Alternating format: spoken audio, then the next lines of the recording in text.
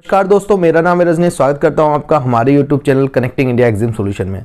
दोस्तों, connecting India exam solution India का ऐसा प्लेटफॉर्म है जहां पे आपको एक्सपोर्ट इंपोर्ट से रिलेटेड सारी चीज़ें डिटेल में बताई और समझाई जाती है। यहां पे आपको सिखाया जाता है कि बायर फाइंड कैसे किया जाए, किस तरीके से उसका प्रोसीजर होता है, आपको एक्सपोर्ट डॉक्यूमेंट में क्या क्या आपको डॉक्यूमेंटेशन बनाने रहेंगे, कस्टम क्लियरेंस के क्या प्रोसीजर होते हैं। तो सारी चीज़ों के बारे में जानकारी आपको हमारे यूट्यूब चैनल के माध्यम से मिलती है। तो इसी के साथ मैं आपसे रिक्वेस्ट करूँगा कि अगर आप हमारे यूट्यूब चैनल पर नए हैं तो हमारे चैनल को सब्सक्राइब करें, बेल आइकन को प्रेस करें ताकि आपको हमारे आगे आने वाले वीडियोज के नोटिफिकेशन मिलते रहे।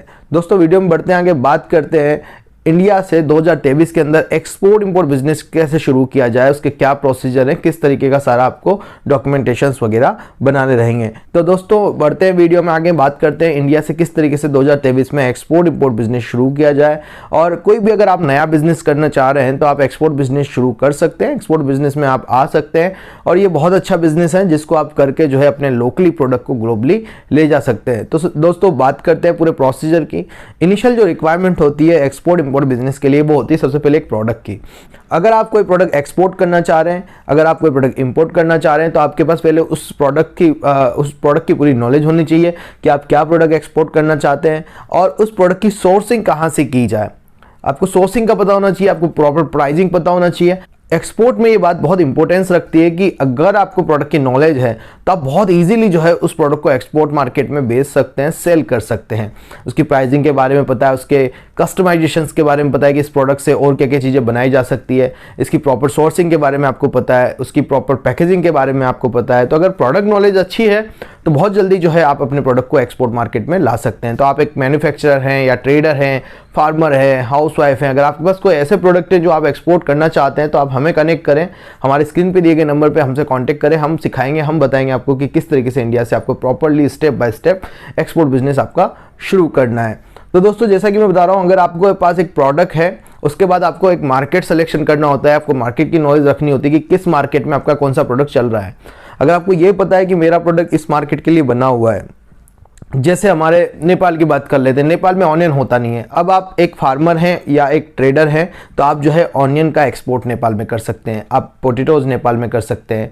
ऐसे ही गल्फ कंट्रीज के अंदर सारी फ्रूट्स वेजिटेबल सब कुछ जो है इंडिया से मंगाया जाता है, काफ़ी क्वांटिटी में यहाँ से मंगाया जाता है, तो आप उन प्रोडक्ट्स को वहाँ पर दुबई के अंदर कर सकते हैं। ऐसे हर कंट्री की एक अलग अलग रिक्वायरमेंट्स हैं, तो उन कंट्रीज़ की रिक्वायरमेंट को समझ के जो है आप अपने मार्केट को सेलेक्ट कर सकते हैं अपने प्रोडक्ट के लिए।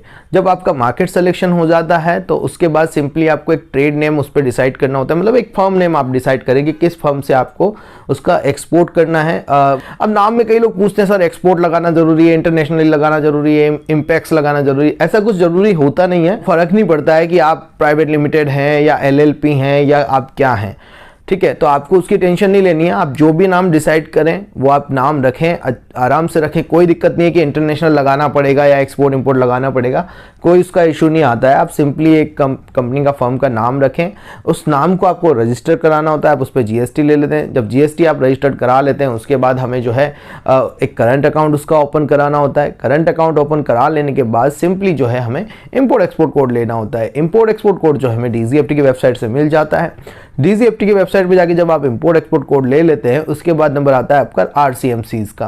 तो RCMC एक ऐसा डॉक्यूमेंट है जिसे हम बोलते हैं रजिस्ट्रेशन कम मेंबरशिप सर्टिफिकेट, जो अगर आपका कोई भी प्रोडक्ट जो है अगर किसी एक्सपोर्ट प्रमोशन काउंसिल्स के दायरे में आता है या कमोडिटी बोर्ड में आता है तो आपको उनका RCMC जो है लेना पड़ेगा। सपोज कीजिए अगर आप एग्रो प्रोडक्ट के बिजनेस में हैं तो आपको एपिडा का सर्टिफिकेट लेना पड़ेगा। अगर आप स्पाइसेस प्रोडक्ट को एक्सपोर्ट करना चाहते हैं तो आपको स्पाइसेस बोर्ड का सर्टिफिकेट लेना पड़ेगा। अब इस तरीके से कुछ कमोडिटी बोर्ड बने हुए हैं, कुछ EPC बनी हुई है जिनसे आपको सर्टिफिकेशन या उनकी मेंबरशिप लेके आपको काम करना है। और अगर आपका प्रोडक्ट जो है किसी भी EPC या कमोडिटी बोर्ड में नहीं आता है तो आप सिंपली एक FIO का RCMC लेके भी काम कर सकते हैं। अच्छा, एक प्रॉब्लम और है, कई बार हर प्रोडक्ट के लिए ऐसा नहीं है कि भाई RCMC होगा तभी आपको ड्रॉबैक मिलेगा या गवर्नमेंट के बेनिफिट्स मिलेंगे, तो ऐसा कोई इशू वाली बात नहीं है। आप आराम से जो है बिना RCMC के भी काम कर सकते हैं। किसी पोर्ट पर रिक्वायरमेंट आ जाती है RCMC की तो पहले अपने CHS उस बारे में बात कर लें और फिर जो है RCMC बना लें।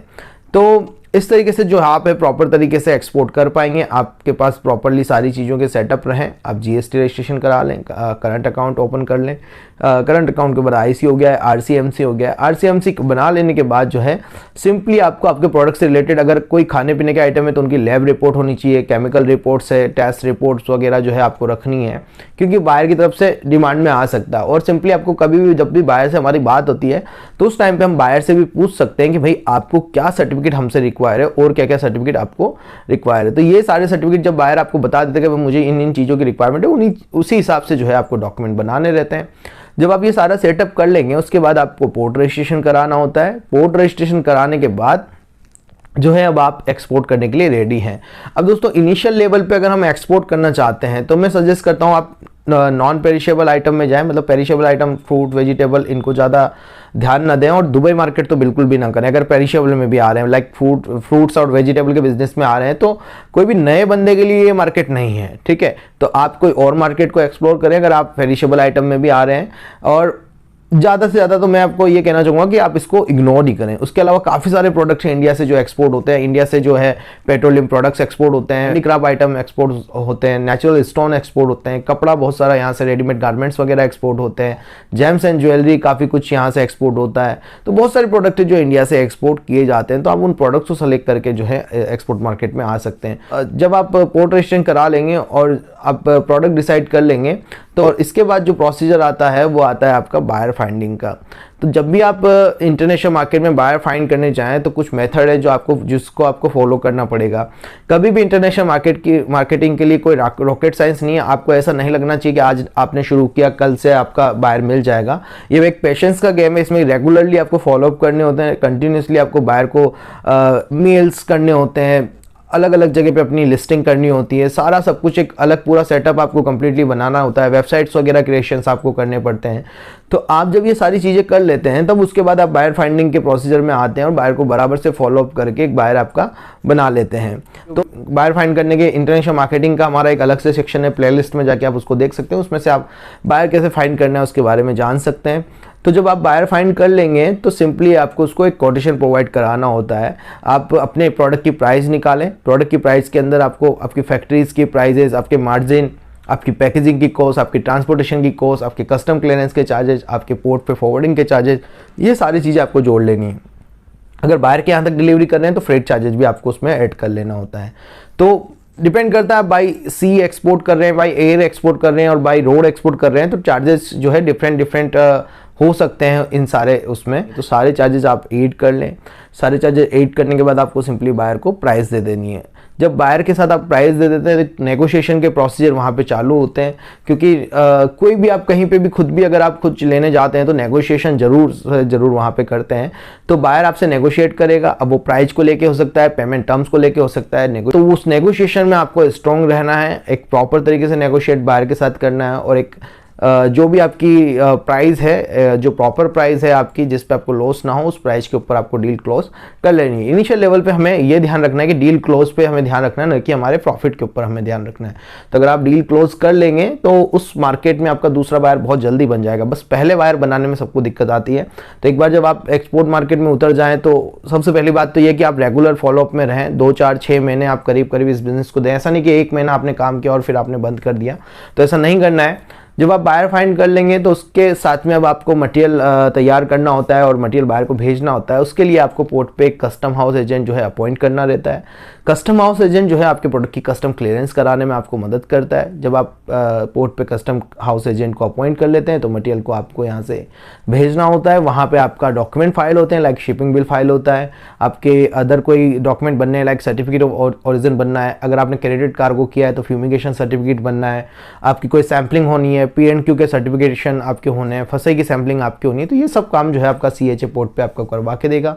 और अगर आप फ्रेट भी प्रोवाइड करा रहे हैं साथ में बायर को, अपनी फैक्ट आप सपोज कीजिए अपने पोर्ट से बायर के पोर्ट तक आप डिलीवरी देना चाह रहे हैं, तो उसके लिए आपको जो है एक फ्रीट फोल्डर की भी जरूरत पड़ेगी जो आपसे लोकल चार्जेस चार्ज करेगा, like terminal handling, BL and seal charges वगैरह आपसे चार्ज करेगा, ये सारे चार्जेस आपको उसको पे करने होते हैं। ये सब शिपमेंट पे अप्रोक्स सेम ही रहेंगे, ठीक है। कस्टम चार्जेज और फॉरवर्डिंग चार्जेस अगर आप एक प्रोडक्ट के एक्सपोर्ट में, तो ये हमेशा सेम ही रहेंगे, बस आपका ट्रांसपोर्टेशन जो है फ्लक्चुएट होगा।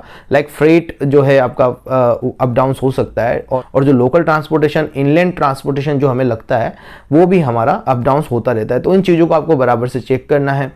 उसके बाद जो है आप मटेरियल को यहाँ से शिप करते हैं, तो आपका मटेरियल बायर के यहाँ पहुँच जाता है। बायर के यहाँ से फिर आपको यहाँ पे जो है कुछ डॉक्यूमेंट कलेक्ट करने होते हैं। पहले आपको CHA का पेमेंट करना है, फॉरवर्डर का पेमेंट करना है, यहाँ से आपको शिपिंग बिल ले लेना है, आपका सर्टिफिकेट ऑफ ओरिजिन अगर आप बनाए तो वो ले लेना है, या कोई भी साप्ता या आपता सर्टिफिकेट या सेपा सर्टिफिकेट कोई भी आपको बनवाना है। इन सब सर्टिफिकेट की पहले से आप तैयारी करके रखें। एक तो कई बार पोर्ट पे मटेरियल पहुंच जाता है, उसके बाद लोग पोर्ट रजिस्ट्रेशन के प्रोसीजर करते हैं, तो ऐसा नहीं करना है। जो भी आपको करना है पहले करके रखना है, और उसके बाद ही जो है आपको पोर्ट पे मटेरियल डिस्पैच करना है। तो जो भी डॉक्यूमेंट आपको कलेक्ट करने हैं वो डॉक्यूमेंट आप कलेक्ट करें। लाइक शिपिंग बिल कलेक्ट करना है, हमें बिल ऑफ लेडिंग कलेक्ट करना है। जब भी हम शिप कर देते हैं बाई शिप, जब हमारा मटेरियल निकल जाता है तो बिल ऑफ लेडिंग हमारा जनरेट हो जाता है। बिल ऑफ लेडिंग एक तरीके की रिसिप्ट होती है, देखा जाए तो, कि भाई आपका प्रोडक्ट जो है शिपिंग लाइन की कस्टडी में है, और जिसके पास भी वो बिल ऑफ लेडिंग रहेगी वही जो है मटेरियल की डिलीवरी ले सकता है। तो बिल ऑफ लेडिंग के भी कुछ टाइप्स होते हैं, उसके लिए हम अलग से वीडियोस जो है बनाएंगे। तो जो बिल ऑफ लेडिंग वगैरह आप जो है अपने पोर्ट से कलेक्ट करेंगे, लाइक आपका बिल ऑफ लेडिंग कलेक्ट करना है, शिपिंग बिल कलेक्ट करना है, सर्टिफिकेट ऑफ ओरिजिन कलेक्ट करना है, या और भी कोई डॉक्यूमेंट आपका बना है तो वो आपको कलेक्ट कर लेना है। तो सारे डॉक्यूमेंट आप कलेक्ट कर लेंगे तो सिंपली जब अगर आपका पेमेंट आ गया है, पहले ही आपने एडवांस पेमेंट ले लिया है, तो आपको फिर वो डॉक्यूमेंट बायर को कुरियर कर देने होते हैं। तो इस तरीके से दोस्तों आपका कंप्लीटली एक्सपोर्ट का प्रोसीजर काम करता है। एक्सपोर्ट का प्रोसीजर को देखा जाए तो बहुत सिंपल सा प्रोसीजर लगता है, बट इसमें कुछ टर्म्स और टेक्निक्स होती है जो एक 10 मिनट के वीडियो में बता पाना भी संभव नहीं होता है। तो उसके लिए आप ज्वाइन कर सकते हैं हमारी 7 दिन की ऑनलाइन ट्रेनिंग, जिसमें मैं आपको सिखाऊंगा कि इंडिया से किस तरीके से आपको एक्सपोर्ट करना है। मैं खुद एक्सपोर्ट करता हूं, हमारा खुद का नेचुरल स्टोन्स का एक्सपोर्ट है जिसमें हम करीब 7-8 साल से हैं, और किस तरीके से बायर फाइंड किया जाए वो मैं प्रैक्टिकली आपको दिखाता हूँ। मैंने जैसे बायर फाइंड किया वो पूरा लाइव भी आपको दिखाता हूँ कि देखो मैंने कैसे बायर से बात करी है और किस तरीके से डील को क्लोज किया है, क्या टर्म्स पे हमने इसको क्लोज किया है। तो ऐसे पूरा लाइव सेशन हम रखते हैं बायर फाइंडिंग का भी। आपको बायर लाइव हमारी चैट्स, हमारी बायर से हमने कहाँ कहाँ सोशल मीडिया पे किस तरीके से बात करनी है, मेल कैसे करना है बायर को, कोटेशन मेकिंग कैसे करना है, पेमेंट टर्म डिसाइड कैसे करनी है, शिपिंग टर्म डिसाइड कैसे करनी है, नेगोशिएशन बायर के साथ कैसे किया जाए, बायर आप पे ट्रस्ट कैसे करेगा जो वो आपको पेमेंट एडवांस दे देगा। ये सारी चीज़ें जो हम ट्रेनिंग सेशन के अंदर आपको सिखाते हैं। तो आप स्क्रीन पे दिए गए नंबर पे हमारा कॉल करके हमारे ट्रेनिंग सेशन के बारे में जानकारी ले सकते हैं और सीख सकते हैं कि इंडिया से किस तरीके से एक्सपोर्ट और इम्पोर्ट किया जाए। आशा करता हूँ दोस्तों वीडियो में दी गई जानकारी आपको पसंद आई होगी। मिलते हैं हमारे नेक्स्ट वीडियो में। Thank you very much. Hi, this is Sudhakar Manjunath from San Francisco, California, USA, and this is a testimonial for Rajneesh from Exim Solutions.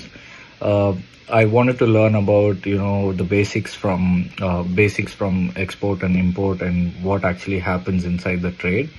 And he's a person with more than 8 years of experience, practically in what happens with export and import.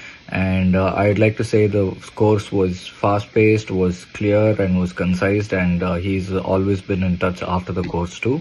So anybody who's looking into learn, what export and imports are and how the trade actually works out, and the small nuances of it, I think it's a fair chance to give Rajneesh a chance.